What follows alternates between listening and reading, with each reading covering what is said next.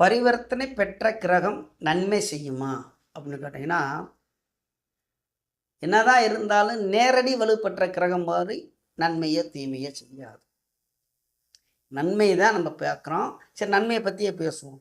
நேரடி வலுப்பெற்ற ஒரு கிரகம் அது நன்மையை செய்கிற மாதிரி இந்த பரிவர்த்தனை பெற்ற கிரகங்கள் செய்யாது. இப்போ உதாரணத்துக்கு எடுப்போம்னா, சனி சந்திரன் எடுப்போம். இதுதான் 2 பேருமே போட்டி உள்ள கிரகம். சனி சந்திரன் இல்லாட்டி சனி சூரியன் அப்படி எடுப்போம். சனி சந்திரனவே எடுப்போம். சந்திரன் கடகத்துக்குள்ள அதிபதி, சனி மகரத்துக்கும் கும்பத்துக்கும் உள்ள அதிபதி. இப்போ பரிவர்த்தனை பெற்று உள்ளார்கள்.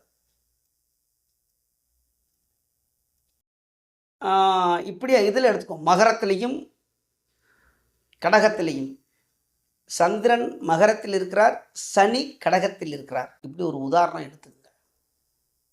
இப்போ சந்திர தசை வருகிறது, நன்மையை செய்வாரா? லக்னம் என்ன? அடுத்த கேள்வி. இப்போ நமக்கு மீன லக்கணமாக எடுத்துக்கும். மீன லக்கணத்துக்கு சந்திரன் 5ஆம் இடத்துக்கு அவர் இருக்கிறது.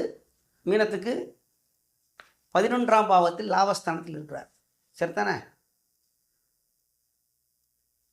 இப்போ 5ஆம் படத்துக்கும் வேலையும் 11ஆம் பாவத்துக்குள்ள வேலையை இந்த சந்திரன் நன்மையை செய்வாரா அப்படின்னு கேட்டிங்கன்னா, எப்படி செய்வார்?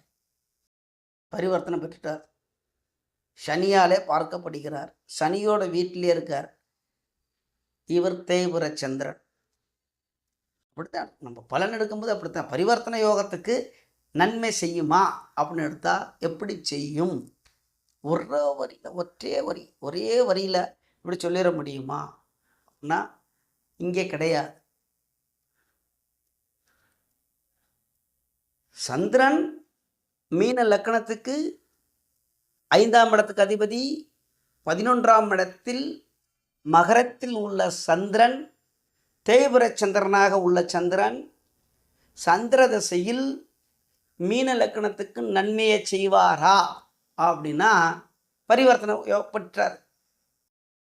இந்த இடத்தில் இந்த நிலைமையில் இருக்கும்போது செய்ய மாட்டார். இதே மாதிரி ஓரொரு கிரகத்துக்கும் எடுத்துகிட்டு வரணும். சரிங்களா? அப்போ பரிவர்த்தனை யோகம் பெற்றுச்சு நன்மையை செய்யும் அப்படின்னு நம்ம பலன் சொல்லணும்னா அங்கே நன்மையை செய்யாது. கொஞ்சம் ஆராய்ச்சி பண்ணி தான் பலன் எடுக்கும். சரிங்களா? நன்றி.